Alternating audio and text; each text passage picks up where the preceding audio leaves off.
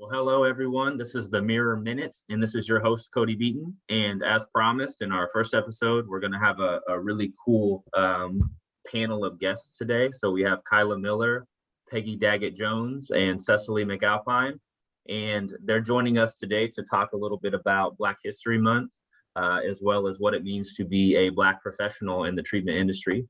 So I'm just really excited to have all three of them with us. To talk about this, to give that space, because it is really important, when we want to make sure that we're talking about these types of things, especially during Black History Month. So we'll start out just with some introductions. Kyla, you want to share about yourself and what you do at MIR? Yes, my name is Kyla Miller. I am a school-based addiction services therapist. I am located in Newton High School. Thank you, Kyla. How about Miss Peggy? Yes, my name is Peggy Daggett-Jones. I'm an admin assistant at Wichita Outpatient facility, and that's about it. All right, thanks, Peggy. And Miss Cecily. Hi, I'm Cecily McAlpine. I've been with MIR since 2018. I'm a licensed substance abuse counselor. I work at the MIR Assessment Center. All right. Thank you, ladies, and I appreciate you taking the time to join me. We do have a couple of other folks that we were hoping to have join us, and we're hoping to do kind of like a follow-up episode with them to just continue what we start today. So be on the lookout for that.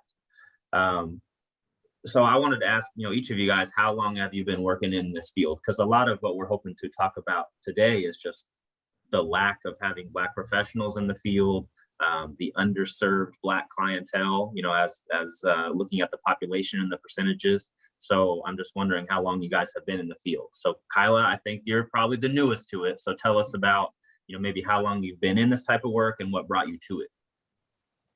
Yes, so I've been in this type of work since 2019, I believe.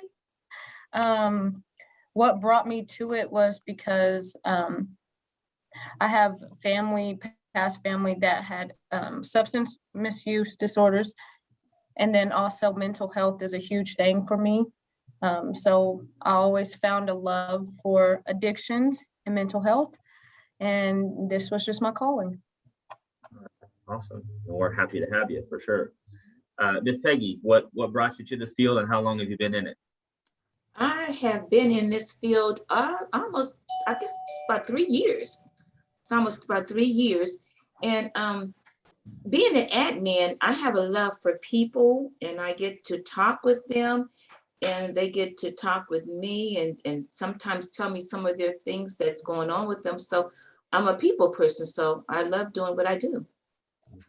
And I can attest to that. Peggy and I work primarily in the same office, and she really sets an awesome tone for people to come in for treatment to feel comfortable when it's traditionally a pretty uncomfortable thing. So she's an awesome face and voice to have at Wichita Outpatient. How about Miss Cecily? Tell us about yourself and how long you've been in the field. Oh my goodness, I've been in the field since, 1993. I came, this is my second career. I was an instructor at the IBM Ed Center in Chicago and a customer engineer for IBM. That was my first career. And so I'm also a recovery person, and I'll have 30 years of sobriety May 10th this year. Wow, that's awesome. Yeah. 30 years. Yeah. Wow. That's really cool. Thanks for sharing that. So moving forward, Kyla, you have something specifically that I wanted to ask about because you have been pretty big in the community within the past couple of years. Could you tell us just a little about your involvement a year ago or 2 years ago in Newton?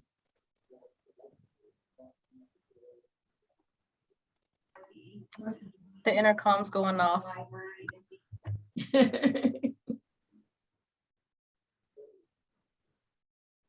And so what I am referring to while she's waiting for that to finish is that Kyla played a big role in some Black Lives Matter initiatives in the Newton area in organizing some different initiatives and events, even as a young person. And that was something that was really cool to hear about when I was told about it. So I was just hoping for her to elaborate a little bit on it.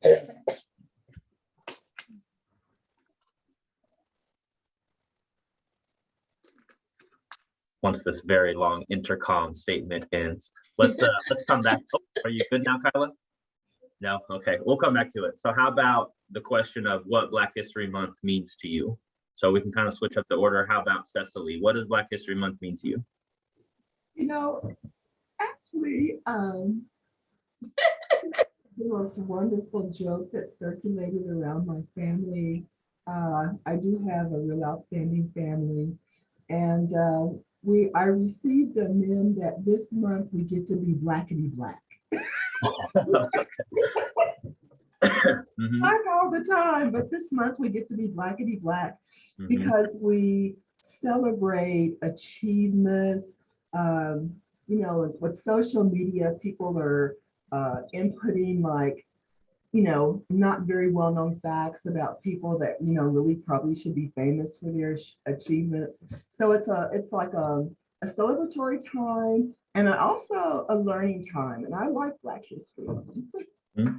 For sure. Yeah, thanks for that, Cecily. How about Miss Peggy? I like Black History Month, but I wish it was Black History all the time. But thank God that at least we do have a month, you know. But there's so much to learn, and really a month is not long enough. But I appreciate the month, but I just wish it was longer. It's so much, we're such a big part of history, and I think a lot of people don't understand. Even a lot of Black people don't understand.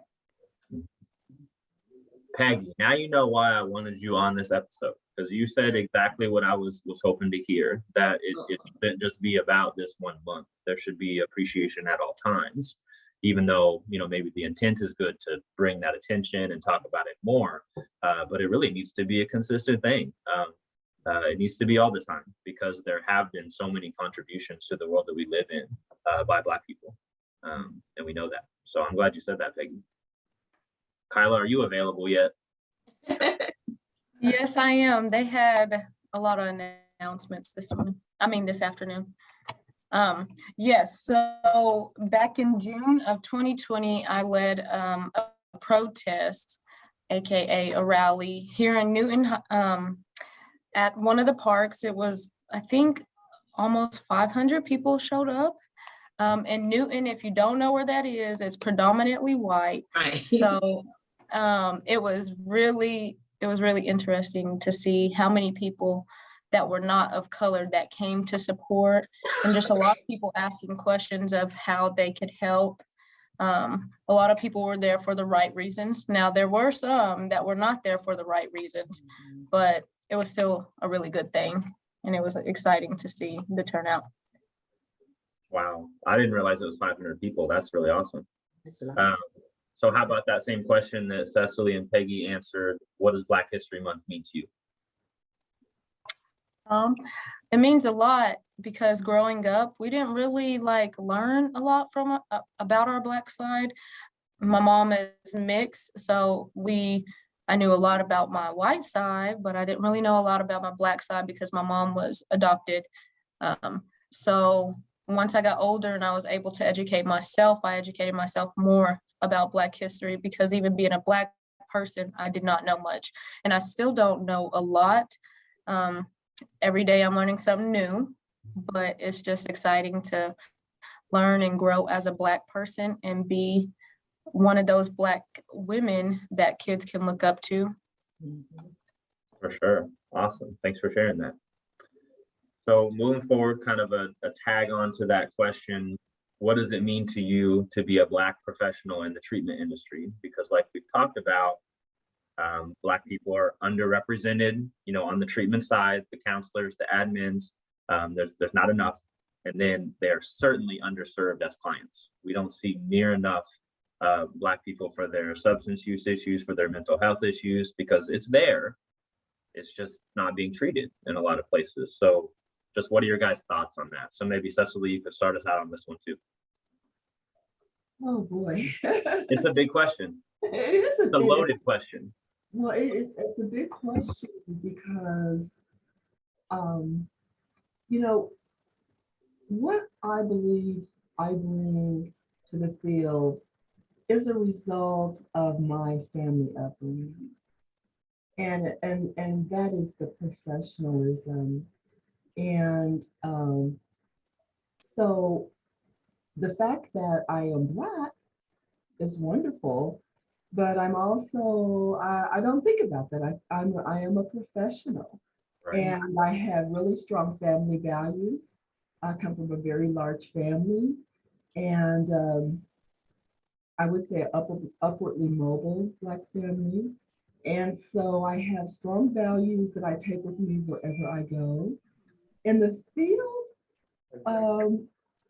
there isn't enough of us, but also we don't serve enough people. I don't know how to bridge that gap, to get people vested in being able to ask for help and accept help in the form of substance abuse treatment. Because I rarely see a Black client. Right. We definitely are the minority. Yeah, yep, for sure. Thank you for sharing that. And then as you can see, Peggy's, doing her thing. She's always having people come in and come out. So Justin Soriano is actually the person helping her to put on mute. And he is of the Hispanic culture. So we definitely need to talk to him when Hispanic Heritage Month comes back up. So good teamwork there, Peggy and Justin. But thank you for sharing that. Cecily, we'll bounce over to Kyla. So what does it mean to you to be a Black professional in the treatment industry? It means a lot. There's not a lot of people that look like me in the field, and in the field of addictions too. It's a huge thing. For me, my family, we were not big on mental health. Like if there was something going on, no one really addressed it. It was just like you either complained about it and nothing happened, or you just built a wall. And so for years, that's how I was. And as I got older and started going to therapy, I was like, this is not healthy, So for our family, we did not speak of mental health. And I know for a lot of Black families that some of them are that way. Mental health it's not correlated to anything to them. It's just we get through life. And so teaching younger people of color that, yeah, mental health is your health too. And if you're feeling some type of way and it's it continues on, you need to go seek help, and it's okay to ask for help. And so I still tell myself, like, it's okay to ask for help because you can't do everything on your own. So just being a Black person in this field that has had those experiences myself, just being someone that some of the kids can relate to, some of the younger adults can relate to, and someone of color may be able to relate to one day. For sure. If I could piggyback on that. Also, amongst Black Americans, you cannot be remiss about the influence of the Black church. And so when we talk about cultural norms, Black people basically have high, I would say a high value place in relying on that relationship with the church and God. And especially when I first started, sometimes people, they would kind of be unaccepting of saying, I'm going to go there and talk about my problems because we have been going to the altar and the worship services for so long. And that's more acceptable and normalized with us. Yeah. The cultural factors are definitely at play here. Yes. Yeah. I saw Peggy doing some head nods. So yeah, that's so true. Basically, you don't see a lot of Black people. I don't, in my age group and everything, in therapy or in coming for help. You go to the church and you just didn't speak on it. Just like, you just didn't speak on it. And for me to be in this field is so different. I never knew there were so many people that had so many problems with drugs until I moved to Kansas. And I'm sure it's in Ohio too, probably really big time, but I was just never around it because I was always in the church. Yep. You know, and so that made a big difference. But, you know, just being here, working as an admin in different positions since I've been in corporate America, like over 40 years, sometimes people still don't think, how can I put it? They still don't think you know what you're doing, basically. And so you just let it ride. I mean, you know that you know what you're doing, but some people still think that you don't. Yeah. And no matter, you can have 10 degrees and they still won't think you know what you're Yep. talking about, you know, and that's kind of sad, really. And I just believe not Black professionals or white professionals or Hispanic, or Asian, I just believe in being a professional, Sure. you know. And it should be like that. I'm not preaching, let me shut up. But it shouldn't be like that, you know. It should just be, we're professionals. Right. Right. Yeah. I mean, kind of the same concept, just talking about having a Black History Month, not just defining it to 1 month, but it's just American culture, you know, same thing as Yes. I got you, Peggy. Okay. Was that it So also other thoughts? Oh, go ahead, Cecily. kind of sad because that also increases the mortality rates. You know, we have a higher mortality rate. We die at earlier ages. Mm-hmm. And so there's that acceptance and education, that it's okay to say you have a problem. It's okay to get therapy. Meds don't mean you're, you know, the language, you know, crazy. And a lot of work has to done throughout all of, you know, American society when it comes to like normalizing and accepting mental health. But among African Americans, you know, sometimes that threshold is even harder, you know, to Yes. go over. Mm-hmm. For sure. Yep. And that was the question I was leading into, is what do we do about it? And you answered it perfectly. You know, we've got to educate and bring awareness and normalize, you know, and I think that's something that Kyla's position has been really helpful with the youth, because we have her in a high school full time providing mental health and substance use services to kids who in the past probably didn't think about that much, you know, but we're taking kind of that proactive approach, that prevention approach, because we know that kids are using that young, and that's when addictions start for a lot of people. And so the hope is that what she's doing can spread eventually, and we just have those, you know, wraparound mental health and substance use services for people to be able to rely on from a very young age. So yeah, I mean, you nailed it, Cecily.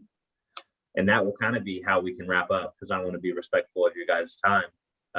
But anything else that we should be doing to make sure that we're optimizing the treatment of Black people, optimizing the ability to get Black professionals into the field. Any other thoughts on that?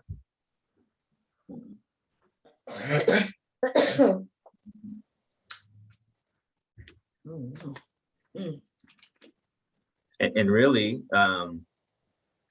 you guys play a big role in that to me. Just, I mean, my thought is that you guys leading by example is a big thing. You know, you see 3 strong Black women who are professionals in the treatment industry right here with a lot of insight that they're sharing and a lot of people that they're treating. I think that's a big move in the right direction. It's just that you see someone who looks like you doing this stuff. It's kind of like when we watch the Olympics, you know, especially recently, there have been some like figure skaters, I think, Black figure skaters who have won gold or medaled for the first time ever. As a little kiddo, you see someone who looks like you who's doing something like that. You're motivated to do it yourself, and you believe it's possible. So I think that you guys can really be seen and see yourself as role models for the future generation. So, all right. Well, like I said, we'll wrap up to be respectful of time. Any last thoughts or anything to finish up? No, I just want to say thank you for this time to be able to express ourselves, you know, and I appreciate it. You're the first person, the only person that's ever done it. So thank you. Thanks, Cody. Thank you guys. I mean, Thank you. the insight that came out of this 30 minutes was awesome. You know, I think this is something that can be really helpful for people to see. So thank you.